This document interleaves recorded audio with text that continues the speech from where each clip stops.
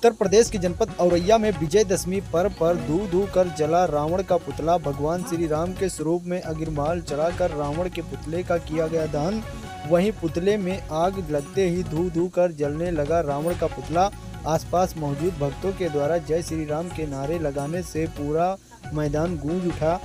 रावण वध के बाद भगवान राम और जानकी का हुआ मिलन। दशरथ पर्व पर लगे मेले में आसपास के गांवों से पहुंची लोगों की भारी भीड़।